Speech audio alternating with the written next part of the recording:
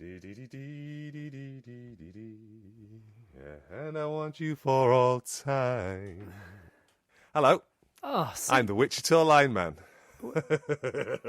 you're the, what did you call yourself? I'm the Wichita lineman. That's what I was singing. And I need you more than want you. I don't know. And I want you for all time. Oh, that's so lovely. I love that sentiment. Thank you very much.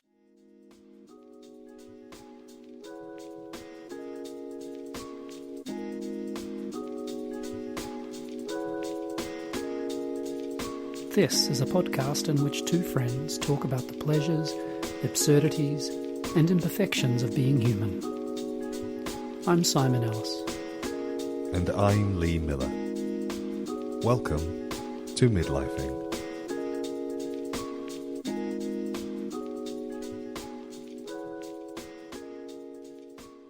Ah, it's what a delight to hear your singy voice. Your singy voice. My singy voice. Nice to long time no talk. Very nice to hear your voice. I've got a little bit of follow up. Just to okay. It's okay to start with a bit of follow up. Hit me with your best shot, but So let me just find. So probably the bit that you've been just waiting to hear is that I messaged Sarah on WhatsApp from TikTok. Just that was what I was going to say. Is this about your new career? Well, I mean, why would I not follow up those kinds of possibilities? Fair. And they never got back to me, which is disappointing. It's almost like Sarah is a bot and maybe not an actual person. Do you think? Because it's clearly the quality of kind of phishing / hoax jobs it's really taken a turn for the worse. Very disappointed, Lee Miller. How are they expecting to drain your bank account if they don't have the good manners to ask for your account number? I know. And I was fully expecting to say, yes, we're going to pay you this. Just send us your account number. Mm-hmm. If you could also include your IBAN details, that would be really helpful. Oh, it's international. Of course, tic-tac, tic-tac, tic-tac, tic-tac-toe. Yeah. So, yeah. Do you have your IBAN number written down for ready access? I do. Me too. It's the kind of thing that just makes you feel so worldly.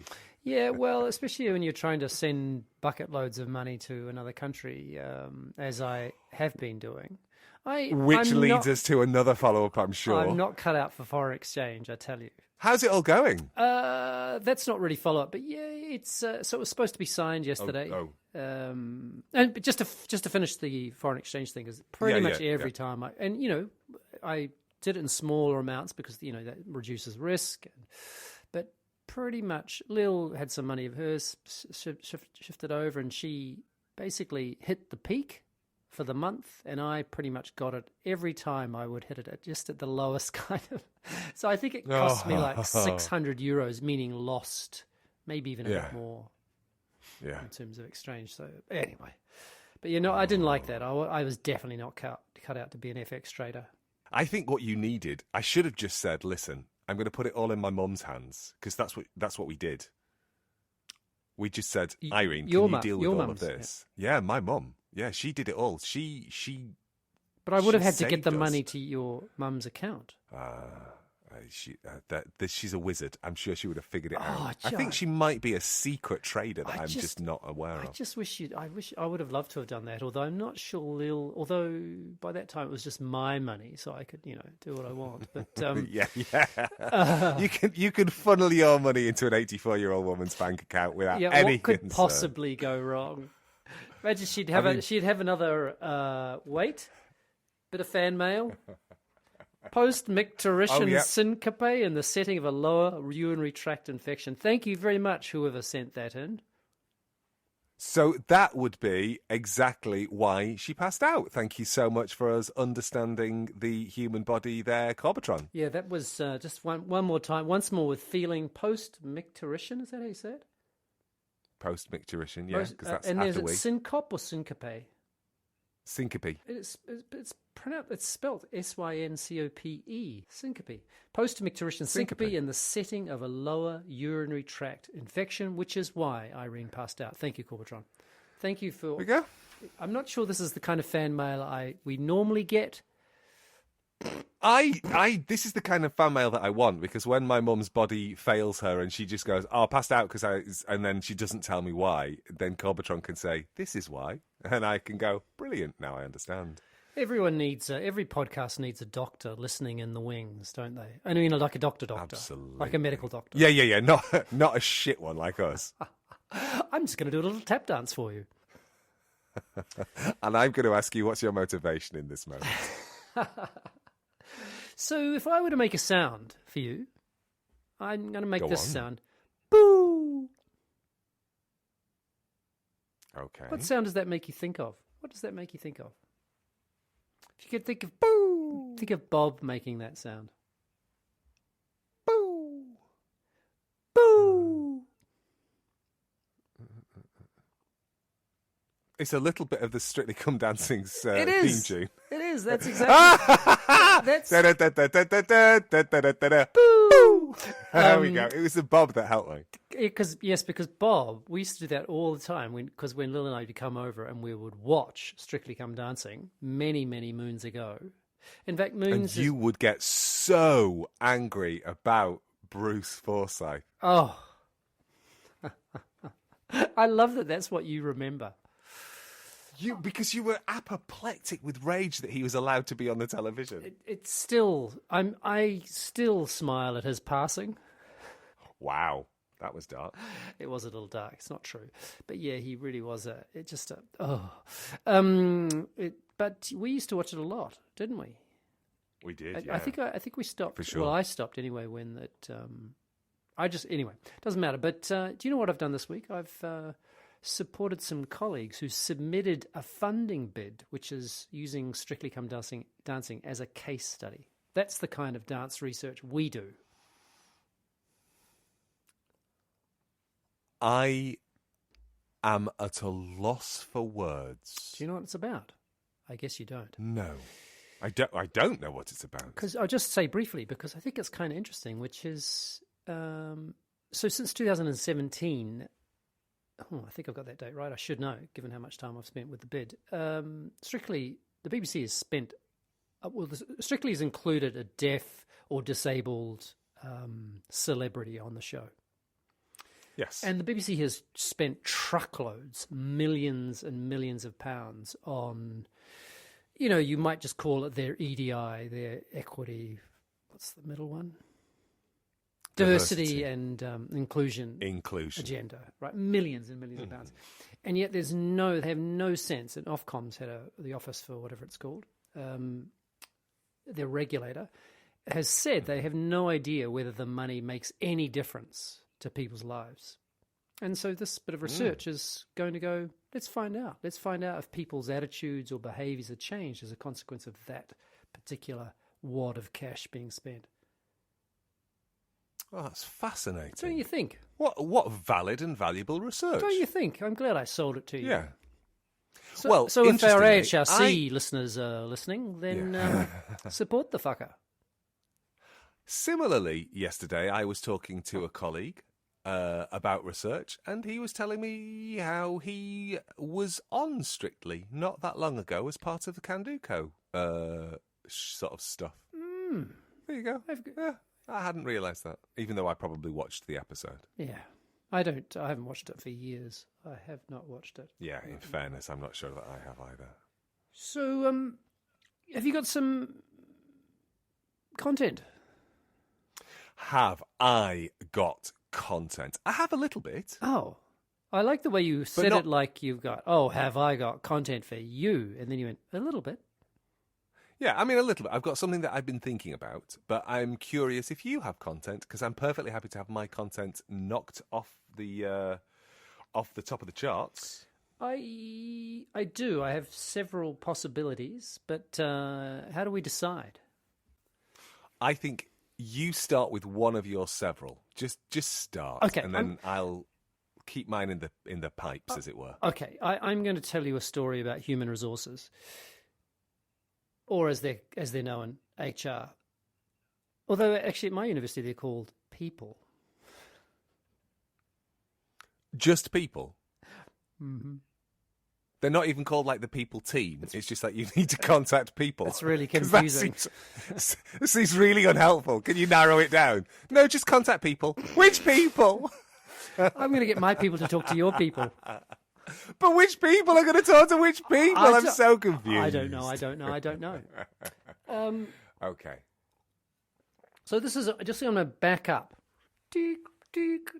A long time. My father. Be careful. This podcast is reversing. Be careful. This podcast is reversing. You pesky kids. It's old man farmer. So that was a reference to. That was a reference to Scooby-Dooby-Doo because you were conflating the with the noise that a reversing machine would make, and also the kind of like which Wayne's World made famous with the kind of like wobbly backstory where the screen swims. They do a Scooby-Doo thing in Wayne's World, don't they? They do a Scooby-Doo. Yeah. So, sorry, you were going to go back in time. Okay, so this is give you an idea of the kinds of things I learnt from my father. So, do you know? So I remember him telling me a story about how to understand what a paradigm shift was. I mean, I know. And it's wow. Yeah, I know. And it's the story, you will have heard it, of the captain of a battleship, a battle cruiser. It's a really bad condition, storm like there is today. And he sees a light and warns the captain of the opposing ship that if he doesn't change course, he will, fire a warning shot and then he will destroy it. And there's a back and forth. It's quite a well-known story. There's a back and forth between the two captains, and it's escalating and escalating. And finally, the captain of the battleship says, "I am Captain, let's say, Jones of the USS blah, blah, blah, blah. I am about to engage, stand down." And the other man, I guess it's a man, says, "I am the lookout for the lighthouse so and so." And it's a moment where it's a moment when the world of the two people, or particularly of the captain of the battle cruiser, changes completely. It's a piece of information which utterly changes the nature of a conversation. Does that make sense? Yeah, that makes perfect sense. I told it very badly, but you can look it up. It's lots of versions of it online. So this is what happened to me this week with HR when I was thinking. I can't really go into it and make this episode publishable, but I was thinking that I was having a conversation with HR about something, and they were clearly having a conversation about something else, even though we were effectively talking about the same thing. And it was quite a long way into it. The point at which I will share this because it did make me laugh as I was getting more and more, I don't know, let's call it Bruce Forsyth. I was getting more and more het up by the whole situation, which was just taking time, and it just nothing seemed right about it for me, ethically, morally, however you want to describe it. Nothing seemed right about it. And at the point of getting out of the shower and sending an email on my phone completely naked to HR, That feels like the kind of thing you should be reported to HR for. Exactly. And it made me smile. Naked emailing. It made me smile even as I was really frustrated. But there was this point where a little bit of information dropped in there. I went, oh, that's why they're taking the position they're taking. And I should have known that, and it should have been clear. And it's basically a position of, let's say, legal security, or I'll just call it arse covering, right? Legal arse covering. Yeah. And I thought we were having a completely... Anyway, so that... And I'm just sharing that because it's weird. And I wondered if you've ever had moments in your life when you think you've been in a conversation about something to find out later on that it's actually a conversation about something else. Oh, I think, yeah, a lot of the time. And I think, though, I realised that it's just I think probably everybody has worked out now. I tend to run a little hot, and so I think you run a little hotter than me, don't you? Do you think? I run hotter than you. Yeah. Yeah. I run You're hotter closer than you. to the apoplectic. What I would say is that my temperature, and this is something that is the opposite of my physicality. So my temperature as a kind of creature is pretty stable. Figurative temperature. No. I mean my literal temperature here. In that, some people sort of like go, "Oh God, I feel really cold. I must put a jumper on," and they're always taking the jumpers on and off and on and off and on and off. Right. You do it all the time. Yeah. Yeah. You're constantly too hot or too cold. You're fluctuating. Yeah. I'm sure. I'm sure there's a condition for it. Corbetron, send it in. Well, Thanks. I mean, I'm sure it's just like people just notice things differently in their body. Bob gets colder than I do, much more quickly than I do. I stay pretty temperate, so it's like I can wander around in a t-shirt for quite a long time before I go, oh, actually, I think I might need to put a jumper on.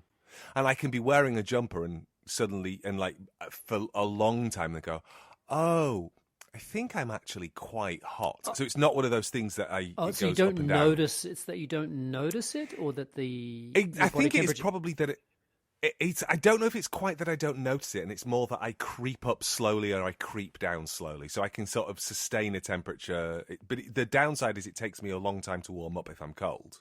Anyway, that's my physical body. My emotional body, if you will, definitely fluctuates. It's like hot, cold, hot, cold, hot, cold, hot, cold. So I'm much closer to being than you are. And I think it takes quite a lot to make you go, but then when you're, I think you might stay there longer than I do. I've been working on this a lot, actually. Okay. I think you're right. But about trying to... Yeah, just so that to let it pass. Yeah, I think anybody who's been paying attention since episode 1 of this will notice that Miller, thy name is inconsistency. It is really like, wow, he's so sure that he hates the word guys, and then he uses it about 15 times in a sentence. There's all sorts of like inconsistencies in the way I am in the world, and things that I think are really annoying, and then it's like, oh no, it's not that big a deal. Yes. Do you contradict yourself? Very well, contradict yourself, Lee Miller. Absolutely. And I would say that probably it means that when those scenarios that you speak of, I think I might be the person who I might be the captain of the ship rather than the person in the lighthouse. Yes, actually, it's actually a nice question. Which of those two characters are you? Because to be fair, the captain of the, whatever you call it, the lighthouse. What do you call the person who mans or persons a lighthouse? I think you call it a lighthouse keeper because they keep the lighthouse. So the lighthouse keeper. Thank you. Just to be fair, could have said a little earlier in the conversation that I'm keeping a lighthouse. I mean, Yeah, but of course it wouldn't work for the story, would it? So they kind of need to Don't let a good story get in the way. No, don't let the facts get in the way of a good story. Exactly. Yeah. But I think I am probably more likely to be like, I will fire. Oh, sorry. You're a lighthouse. Yeah. Oh, okay. The good thing is I'm really happy with embarrassing climb downs.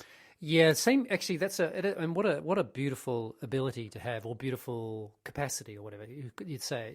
Really, what a great thing to go to get really hot, and then you go, look, you know what? I was a total dick. Excuse me, I'm laughing because one of my nude emails, never thought I'd say that in a sentence, was so. Can you clarify? I don't have time. I don't have the headspace or the energy for this. But just to be clear, whose decision is this? Yours or mine? And they came back with, "Well, it's your decision, but I need to approve it." And I went back, "Oh, so it's your decision." I actually wasn't that hot about it. It was more like I just didn't want to keep participating in it because, one of the things is the proliferation of questions where you go, start with one question and then you answer that. Oh, and there's 5 more. Respond to that. Then now it's 10 more. And it's really... Can I ask you a question in this scenario? At what point do you just go, can we jump on a Teams call? It will be quicker. Oh, I should have done that. Except I wasn't wearing any clothes. This is why it's important to shower with your top on at the very, very least. If you always toddle, I met that Simon Else guy, and he was wearing a shirt that was soaked, and his hair was already wet. He didn't say a thing about it. You just have to go Storm Dara and carry on. Yeah, you know what? I think well, I have a colleague, a fantastic colleague. I'm not sure I would have worded it like that, and he really should have. He stepped in at one point, and he really should have.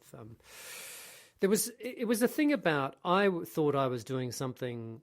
I didn't think I was wading into something. Actually, I thought it was just because I am the budget holder. I thought I was just basically saying, "Can you just sign off on this?"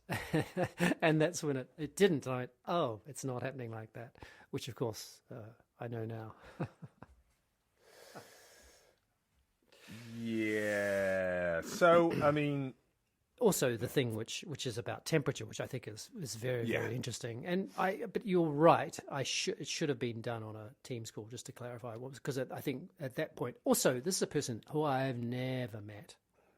Yeah, and that's often the thing, isn't it? It's so weird. It's so weird. It's so dehumanizing. Oh, I had a message from the people who are responsible for mandatory training. Hang on, the people, not HR at my place. No. It's without the article, just people.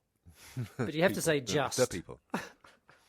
I had an email yesterday from a person who is in charge of mandatory training. And apparently, my role requires me my role requires me to do a half-day mandatory health and safety training. Nice. Which I did in February. And you have to do more? So I've done it. No, well, this is the thing. I got an email in August saying you need to do your half-day mandatory training, to which I said, I've done it. And I had an email yesterday saying you need to do your mandatory training. And I said, I've still done it. I've not undone it. And they said, well, according to my records, you cancelled that session and you didn't attend. And so I did do, this is probably the closest to passive aggressive. I just went, here's the email before. I think there's something wrong with the system. And that's what I said. I said, I think there's something wrong with the software because it seems to keep forgetting that I've done it. And I suspect it is just that. And I will get another email in 6 months' time saying, health and safety. No, I've still not undone it. I have the different approach, which is when I get an email that I need to do this compulsory training, I delete them and then I see how long it takes. And of course, there's a point at which they escalate it to my line manager, which is the point at which I start to feel a little bit like I should do it. Yeah. I'm not coming off great in this particular conversation. Well, I mean, bearing in mind that I have said out loud in a room full of people, including very senior people and people from the HR realm and the legal team, saying, I can't quite see why you want me to do this prevent training because I don't really think anyone's that bad. And it's like, radicalization is a real issue, Lee. I said, is it though? Do we just not need to just love everybody and it'll all be fine? And that was the point at which I was told, that might be the right way for your heart, Lee, but you still need to do the prevent training. I was like, but it just seems to set us against one another, and don't you just think we should all love each other? I wonder how many people get radicalised out at the very deep southwest of England. I mean, well, the thing is, isn't it? I mean, radicalism hides underneath all sorts of rocks. You've done the training now. I've done the training, but yeah, I absolutely have done the training. But what I just much preferred was saying, why can't we all just love each other? Why can't we all just get along? Why can't we just be friends? I think that's different training, actually. Yeah, I mean, I'd need an intimacy coordinator for that, wouldn't I? I could talk about some other research there. Did you just unzip your... Oh, yeah, so could I. Did you just unzip yourself because you got too hot? No, I zipped up. I knew that you went one way or the other. I love that. I zipped up, but it's not quite right. I feel a little bit clammy. Yeah, we're deep into interoception land here, but let's not go there because I think we're just about finished.